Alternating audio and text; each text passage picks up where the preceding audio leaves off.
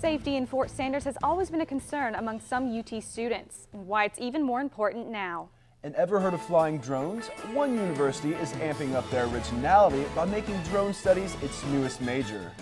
The baseball team started off rocky, but they're making strides to be the next big hit. More coming up.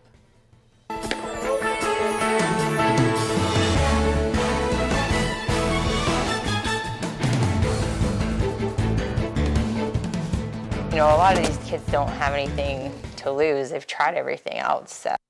One East Tennessee family is going to great lengths to get their son the treatment he needs. And one bill may give them just that. Thanks for joining us. I'm Reed Perryman. And I'm Caitlin Klein. Cannabis oil is a drug that's illegal in Tennessee, but many say its benefits outweigh its drawbacks. UT Today reporter Rilwan Belogan found out how a cannabis oil bill in the state legislature could affect one local family. That's right, guys. Almost 200,000 people are diagnosed with epilepsy each year. They struggle with finding the right amount of dosage to maintain their health. A new bill in state legislature, however, could allow a new treatment, cannabis oil. Cameron Bush is just like any other 2-year-old. He loves playing around, giving kisses, and just getting into things. But some days, he's not this active. Kind of just was like a blank shell, you know, like he wouldn't reach out and grab a toy, and he didn't have any interest in anything. He would just kind of stare off into space. At 9 months, doctors diagnosed Cameron with infantile spasm, a form of epilepsy. It's a disorder that affects Cameron's brain activity and causes seizures. With epilepsy, you just never know. You know, it can come and go. The kids can be seizure-free for 2-3 years, you know, even, and then a new seizure type can come back. Fear of having Cameron's seizure return has the Bush family looking into other forms of medication. Children are passing away from seizures. You know, they're having brain damage, their development is halted. You know, a lot of these kids don't have anything to lose. They've tried everything. Everything including this. This small bottle holds a hefty price tag, and it's just one of the options. The other is currently illegal in the state and can send some families to jail. That's why Republican Representative Jeremy Faison wants to legalize cannabis oil for some Tennesseans. I'm trying to decriminalize that, take it off of the criminal list in Tennessee of our code, so that a parent who wants to give this to a child or an adult who wants to take it themselves will be able to use it freely. Bill's opponents argue some will try and take advantage of it. Faison says that's just not true. It does nothing for you on the street. No pothead, no drug addict, nobody cares about cannabis oil, the kind that I'm trying to make legal. For the Bush family, they hope Cameron continues to have good days. And the bill passed the House Criminal Justice Subcommittee, and it will continue through a series of committees before it reaches the House floor. But for more information on this bill and to follow it along, visit uttodaytv.com. Back to you guys at the desk. Knoxville hosted a biannual neighborhood convention to share solutions for making Knoxville a better place to live. UT Today reporter Sarah Anderson was there to discover what was missing. Knoxville is a city that many agree has a strong foundation, a tremendous amount of character, Yes. But some say it still has plenty of room for improvement. Among those working to improve the city, Dijon Andrews, a high school student speaker representative from 100 Black Men, says his area of Knoxville is what inspired him to get involved in bettering his community. Some of the individuals in the communities are just very close-minded and not open to change, and I think that that's one of our biggest weaknesses in Knoxville. The city of Knoxville invited Dijon's group to speak at this year's neighborhood conference. Griffith Ashew from the Knoxville Office of Neighborhoods challenges students to be aware that there are always solutions for neighborhood issues. I mean, they're as much a part of the community as anyone else, and getting them involved, especially over in the Fort, which is a big neighborhood, getting the UT kids involved here, this is absolutely geared towards them as well. Areas like here in East Knoxville have so much potential for art, community, and businesses to thrive. A big movement in Knoxville is beautifying urban spaces in certain ways, and a lot of times the youth aren't connected with that, and a lot of the big art community is young people, so we're trying to show that they can contribute to hosting a neighborhood event, having acts come to your neighborhood event, but even beyond just that, actually taking your art and using it to make your neighborhood look better. Knox County Police Chief David Roche believes that being involved goes hand in hand with the safety of Knoxvillians. Really, I think overall, it makes us a better place, a better city, and a better county. For UT Today, Sarah Anderson. You can find out if Neighborhood has a group registered with the city on the City of Knoxville's website. A shooting at the beginning of March in Fort Sanders shook many students, but due to an error in the UT alert system, no one received a text message about the incident. UTPD says they tried to send the message, but now the department is facing a lot of backlash for its failure to alert students who live near the area that there is danger. Lieutenant Mike Richardson of UTPD says this mistake was an internal error that they do not plan on happening again. We don't see any issue going forward why someone would not get a UT alert. Things happen, people are human, but we don't see any reason why the system would not work and go out forward if there is another issue or something ever occurred. Richardson says this was an isolated incident. He says UTPD did everything they could to alert students about what was happening in the fort that night. Once we realized the alert did not go out, it only went out internally. Once that was realized, we still wanted to let the community know what was going on. So we sent out, through Twitter, we sent out a tweet to let the community know, hey, there's an incident occurring in the Fort Sanders area, just to be aware. UTPD is currently searching for a new system to send out text alerts, a process that started long before the recent incident. In the meantime, Richardson advises students to keep up with what's happening on the UTPD Twitter account. Now, drones are just one of the newest technology fads picking up steam recently, but they're gaining a new stronghold in education. UT Today reporter Tiffany Jackson found out how one Tennessee school is helping. Tiffany? Middle Tennessee State University added a concentration in unmanned aircraft systems operations to its aerospace engineering department. Basically, it's a major in drones. I talked to some people at UT to see what they thought about bringing a similar major here. Drones. They are considered by some to be the future of aviation. Because of that, it's no surprise Middle Tennessee State University has decided to add a drone major in their aerospace engineering department. The students are required to complete 15 hours in unmanned aircraft systems courses, which include the history, technology, and applications of drones as well as aircraft regulations. One student at UT says having similar courses is something he would definitely be interested in. Alex Oakley is a senior in ROTC, and once he graduates, he will fly drones for the U.S. Air Force. Learning how to simultaneously fly it and, move the camera around, stuff like that would be pretty awesome. But one professor tells me the basics are what they're concerned about. Most of our classes cover the fundamentals, and our main program is to generate a solid foundation for the engineers, and we don't talk too much about the control systems. Dr. Robert Bond teaches aerospace courses at UT. Bond believes the current curriculum is sufficient for a career of flying drones, even though the students are not able to practice operating the equipment. They may not know exactly how to do it when they graduate, but they've had the fundamentals they need in order to learn it on the job. But Oakley says drone. Now, Dr. Bod did tell me that to bring something like that to UT, they would first have to find more professors that specialize in that area. For UT Today, I'm Tiffany Jackson. Thanks, Tiffany. Now, do you want to save money on coffee and fountain drinks while you're on campus? Next, the benefits of a new recycling invention campus that could save you some dining dollars. The authority on the origins and composition of meteorites and scientist on the first spacecraft missions to Mars is one person, Dr. Hap McSween, distinguished professor at the University of Tennessee. A rock flying through space is also a specialty of Tennessee alum R.A. Dickey, big league knuckleballer and best-selling author. At UT, we appreciate and encourage unique and creative minds. The University of Tennessee, Big Orange, big ideas.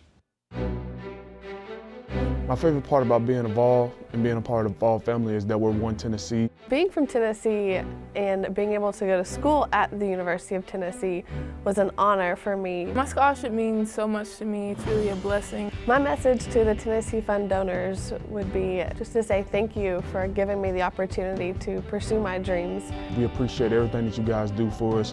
Thank you so much. It really does mean a lot to me and my teammates.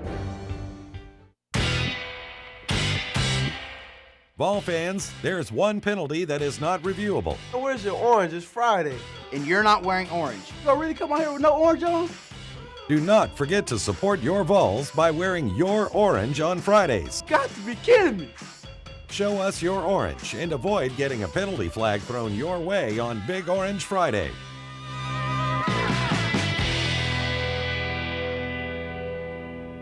Come on, man. The life of a college student is a busy one, with countless deadlines, events, and activities happening at the same time. For many students, striking that balance involved lots of coffee. But UT Today reporter Cody Woodside found that now something else is keeping college students awake.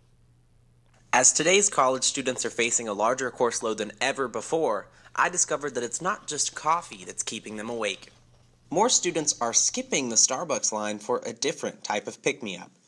According to a study by the University of Kentucky, more than 34% of undergraduate students have admitted to the improper use of ADHD medication. The majority of these students purchased it from their classmates, and they say they only did it in periods of high academic stress. One UT student who wishes to remain anonymous says Adderall does a lot for her. I feel like it makes me more motivated. It makes me feel like I can do this, and I just it almost calms me down and gets me ready for it and makes me not as anxious, I guess. But many students don't know the dangers of the drug. Pharmacy student Hannah Donnelly says there are serious side effects associated with the improper use of Adderall. The thing about Adderall is that a lot of people abuse it and they don't necessarily know that it's not a benign drug. So it can have effects on your heart. That's probably one of the big ones. It can make your heart race. But even these side effects aren't slowing the increase in people abusing the drug. It's a really big problem in the state of Tennessee, and they're doing a lot of things to try to counteract it, but working in a pharmacy, I see it quite frequently. Drug manufacturers are, in fact, doing a lot to deter people from abusing drugs like Adderall. There's a patch now, and then there are several that, the capsules that they come in, the powder in it can't be crushed. But for now, Adderall remains widely available among college students.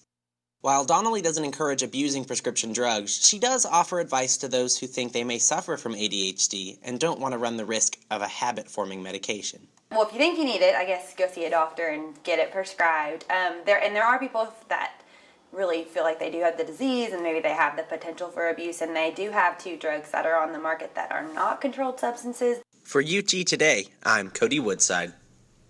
Now, Donnelly says that the best prescription for those not suffering from ADHD is a good night's rest and a well-balanced meal before their tests.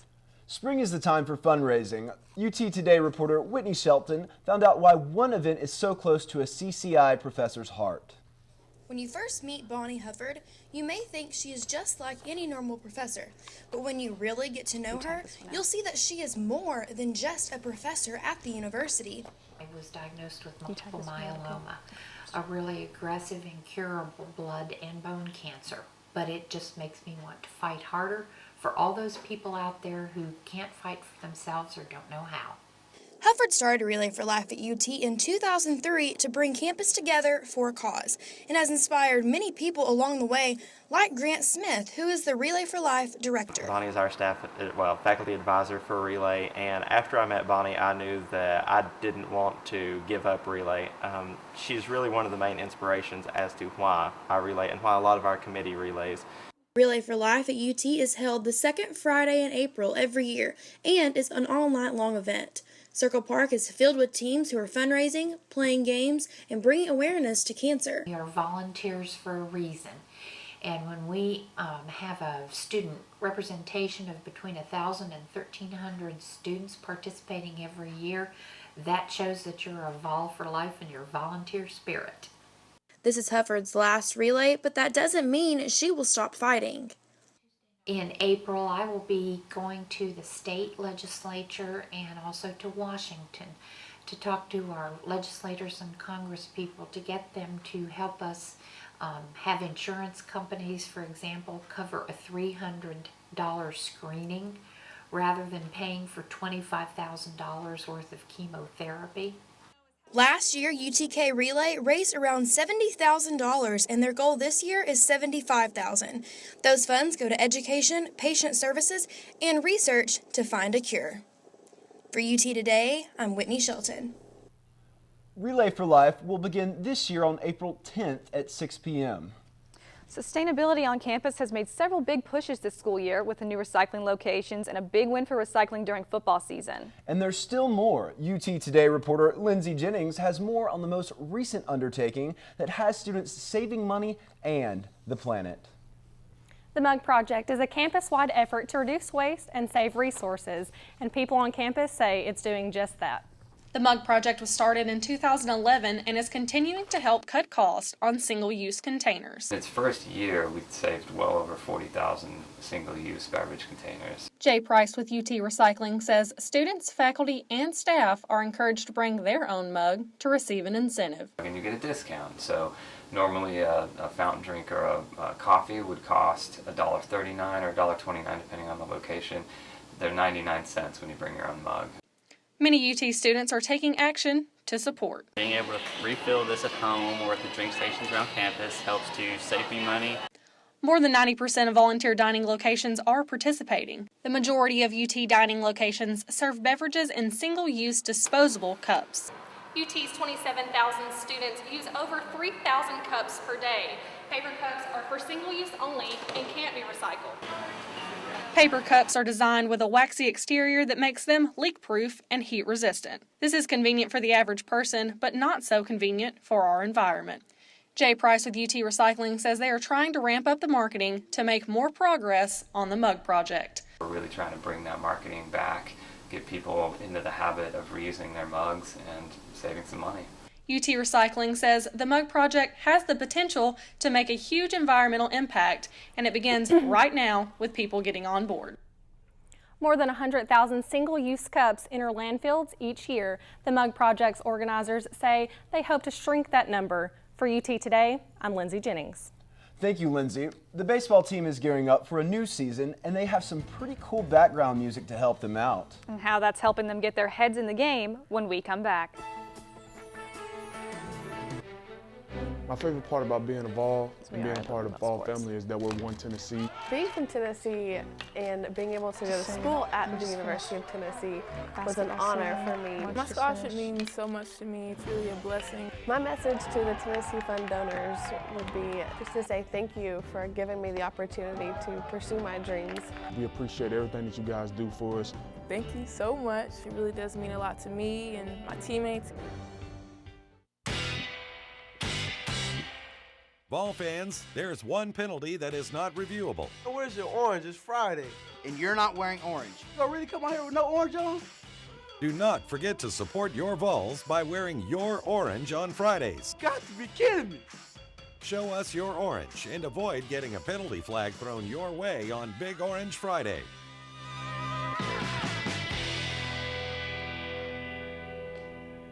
Come on, man. This is a big time of the year for UT sports. It is. We just finished basketball and now we're moving right on into baseball. And I don't know about you, but I love watching baseball. I love me some baseball too. Here with our sportscast is our own reporter Alfred Taliaferro. Ever wonder what happens to student athletes after graduation? UT Today sports reporter Captain Dunk caught up with one alum who continues to succeed in athletics. You may remember him, you may not, but just a few years ago, Rob Murphy was playing on this court. Since then, he's taken his talents here to Concord Christian School in Farragut, where he continues to coach the sport that he loves. During his time at UT, basketball was a big part of his life. But as a walk-on, he didn't see as much court time as he would have liked to. I mean, the hardest part, no question, was just not playing. After graduation, Murphy looked for jobs in the business world, but realized that his passion lied elsewhere. I was looking for a way to be involved in basketball coaching. No matter what job I had, I knew I wanted to do that. Murphy got a tip of an opening for an athletic director position at Concord Christian School by a member of the Knoxville community. He is currently in his 3rd year of the job. I really felt like that was the direction God was looking for me to go in, and so I pursued it, and here we are. He enjoys the day-to-day duties as athletic director, but his favorite part? I like my job. I love my job, but I really love coaching basketball. That's what I really love to do. Murphy also serves as the boys' varsity high school basketball coach. He finds joy in serving as a mentor to his kids and watching them grow athletically. It's also cool to see the growth in kids and just to see, especially to see kids have success that they haven't had before.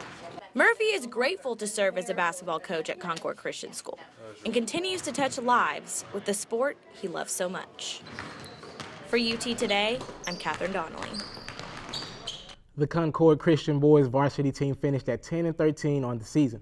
They're looking forward to playing in the official TSSAA league next season. The baseball team has faced a lot of challenges this season, including several rain delays, but that's not keeping the team down. I talked to them about what they face ahead. They have the pitching. They have the hitting. The team's camaraderie has come a long way as well. Though this team has confidence in one another, it would be nice to have more of a consistent support from the fans. They're missing out on a team that's going to have fun and bring a lot of energy around here. That's what we need. We need fans to come out and support us because when we're at home, we're going to play as hard as possible to support the fans, get the fans to come back in games over and over again. Though it might not be as physical as football in Neyland, or you might not see as many points as you would at Thompson-Boling Arena, the team that plays at Lindsey Nelson Stadium has their own way of providing excitement for a team that plays such tough competition, including the defending champ and rival, Vanderbilt Commodores. Vandy and Tennessee, I mean, can't ask for what more can you ask for? I mean, it's always a good series. I mean, we always go out there and I mean, there's high energy every time, and you just try to give it 110% every time. And I mean, playing the best conference in the nation, and I mean, we just go out there and play the game of baseball that we always play. We just go out there and give it 110% for our teammates and just have fun. Not only does the team do a good job of consistently performing on the field each season, after the game, they're one of the few teams that's willing to stay and sign autographs for the fans. Good. It's kind of overwhelming sometimes. You know, I'm excited that these kids want to come get our autographs.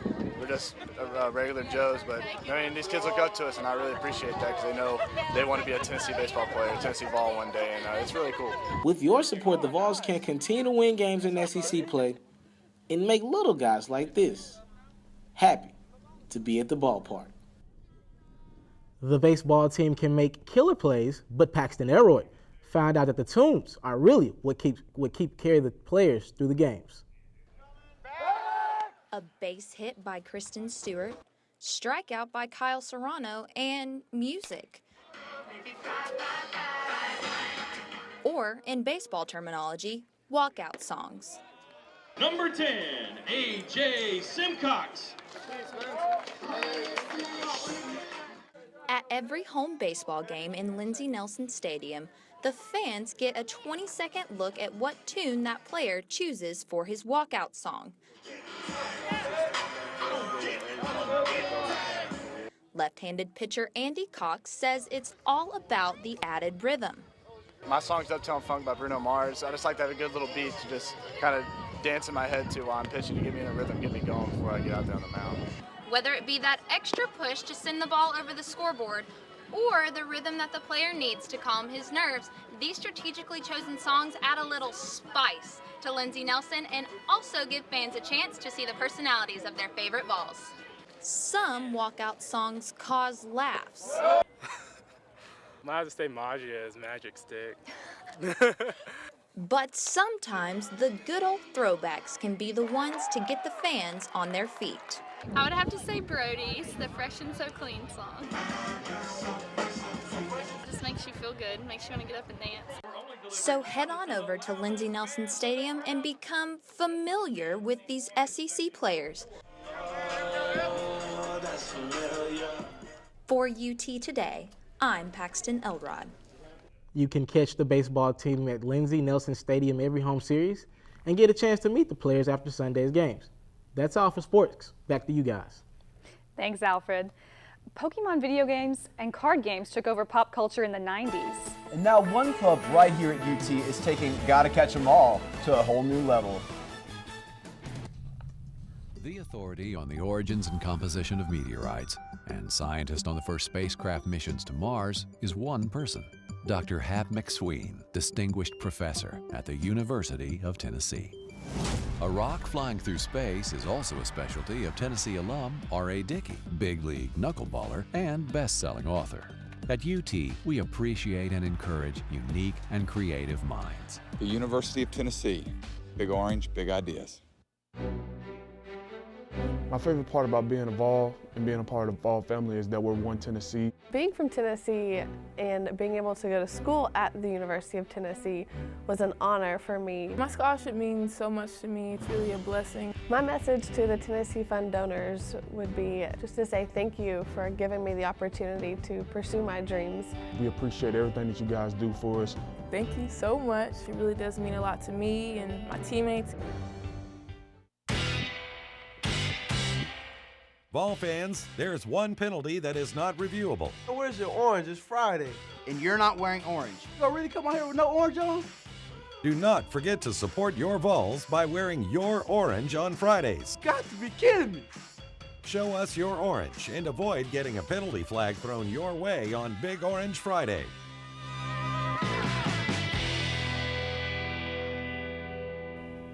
Come on, man. There are more than 200 student organizations on campus. From the knitting club to intramural sports, there's just about something for everyone. I visited one particular club that's offering some students community through a popular 90s fad. Pokemon. It's the game that millennials built. The handheld video game developed by Nintendo dropped in the States back in 1998 and has produced a fan following ranging anywhere from casual to die-hard. And some of those die-hards ended up at UT. Welcome to the UT Pokemon Club. Every Monday afternoon at 5 p.m., these Pokemon fans meet in HSS Room 57 to do all things Pokemon. Though some choose the games and some play cards, everyone talks shop about the franchise they love. Tanner Biederman presides as president and founder of the club. He says it all started with a flyer and a desire to give students an area to enjoy their hobby. All we want to provide our members with is just a space to sort of have fun and talk to other people who also like Pokemon and have similar interests. And the club does just that. Anywhere from 7 to 15 members can be found at club on any given Monday. Galen Greer is one of those members. For the past 2 years, it's been more than a club. It's been a getaway. Firstly, it's given me an escape. I get to come here away from classes being a senior. I get to come away from my thesis for a little bit to do something that I actually super enjoy. And more than that, Tanner and Galen find community here, both having built friendships that will endure well beyond college. And it all started because of a kid's game, a game called Pokemon. Wow, Reed, I love it. But now, wait, I saw you with your Game Boy. Yeah, that's right, Kaylin. I actually am a fan of Pokemon, and back in the day, I was known to bench play a little bit. Oh my goodness. So when I got that story, I just had to do it. Well, learn something new every day. But thank you for joining us. I'm Caitlin Klein. And I'm Reed Perryman. See you again next week.